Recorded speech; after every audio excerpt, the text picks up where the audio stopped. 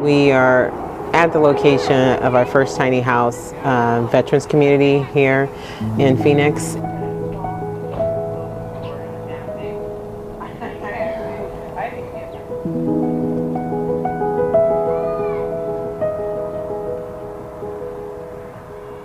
Well, here at V13, we started to build our first little community.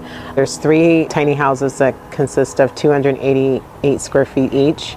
Each home has a bedroom, a kitchen, bath, full bath, and then your living space. And V13 is kind of like our baby of all babies that kind of brought a breakthrough for tiny homes for us. But it also is an opportunity to help our veterans. So a lot of the veterans who are living here, they may be working homeless.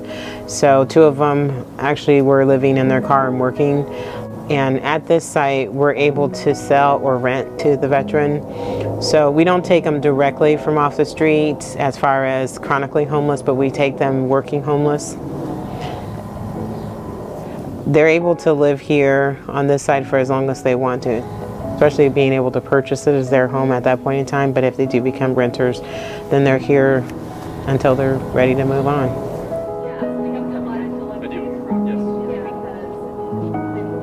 Yeah, so, I mean, she's so criminy.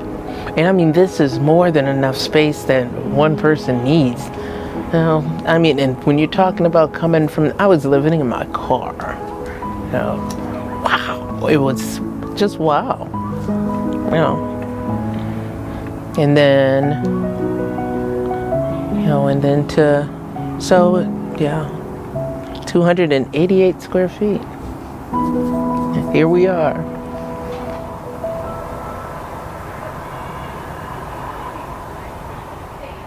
I am a volunteer for Build Us Hope. I have volunteered for Build Us Hope for almost going on 2 years. The reason I went is because I wanted to learn how to build my own tiny home.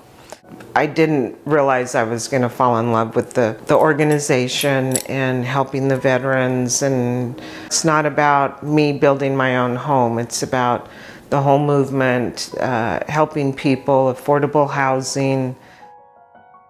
My name is Sage Hansen. I'm an ASU student. I'm studying sustainability and supply chain management.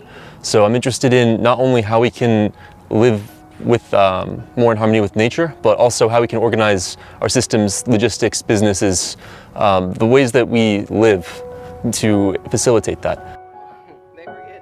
I've been working with Build Us Hope as a project lead for about 2 years now, with various projects helping figure out what's the best to source. Obviously, we're trying to build affordable housing here, so we don't want to sacrifice the affordability just to make it have less impact on the environment, because it won't be feasible as a large-scale solution. So sort of trying to balance the costs and benefits of trying to have less impact on the environment and stuff like that is what we've been looking into.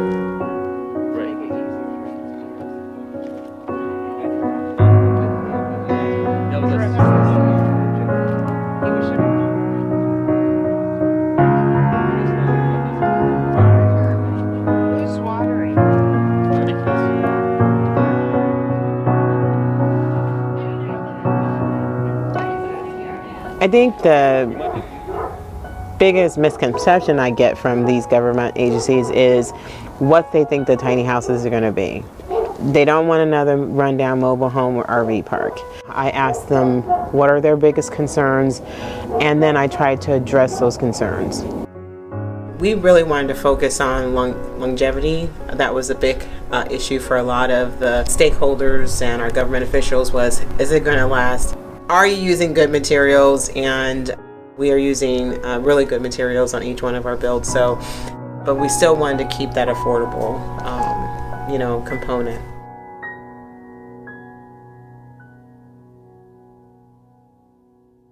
I don't think really people should judge. We have a lot of judgment going on about smaller properties.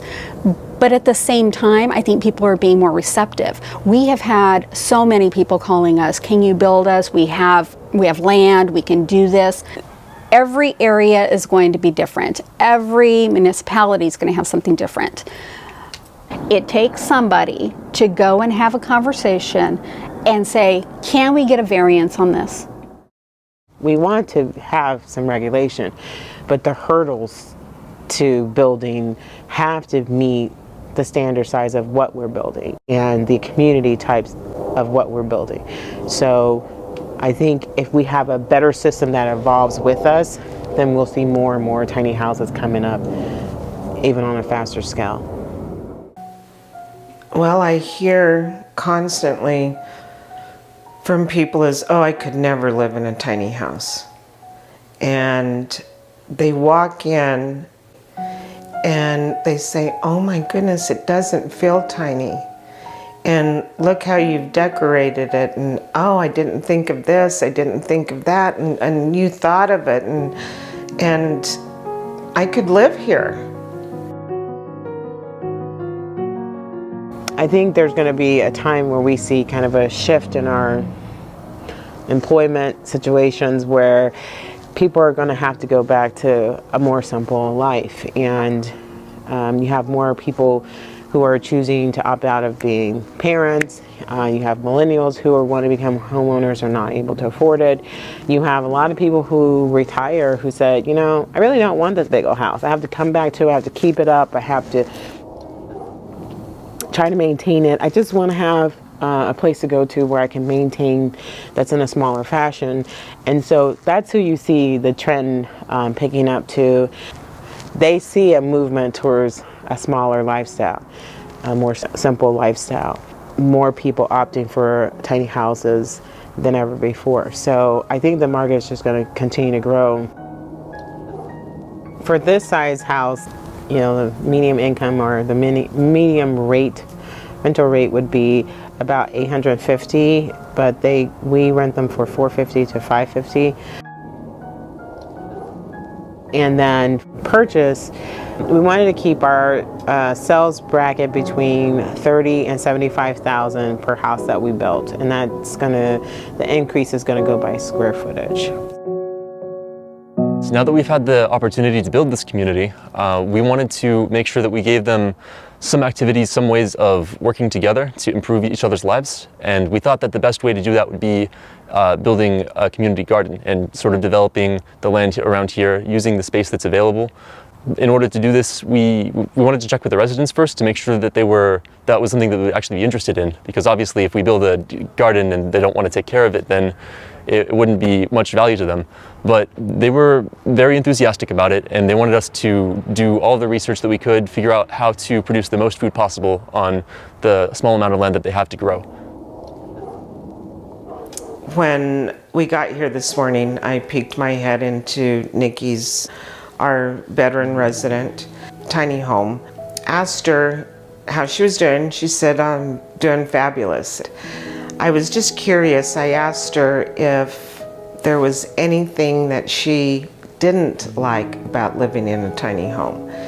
And she put this huge grin on her face and she said, absolutely not. She says, it's fabulous. She said, I love every aspect of living in a tiny home. It doesn't feel tiny, you know. You have your necessities, you have, you know, and more. Working on this project has made me realize how much the way that we've been building kind of isolates us. It sets us up so that we have our big house with all the entertainment that we really need and no real reason to interact with our neighbors. Working on this project kind of made me realize that and how valuable that is to really be involved with your community and to work with people.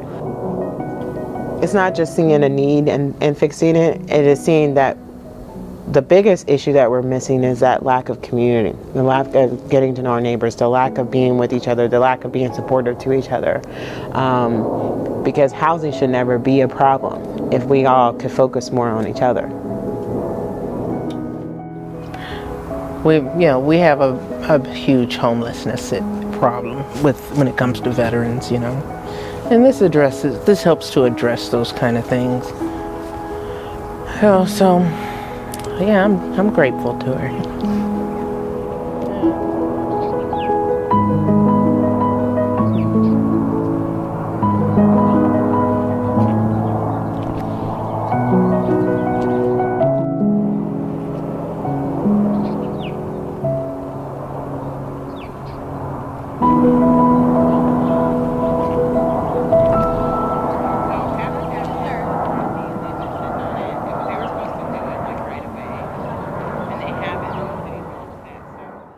guys, Alexis and Christian here with Tiny House Expedition. Don't forget to like, comment, and subscribe. And click left or right for more tiny house stories and tours.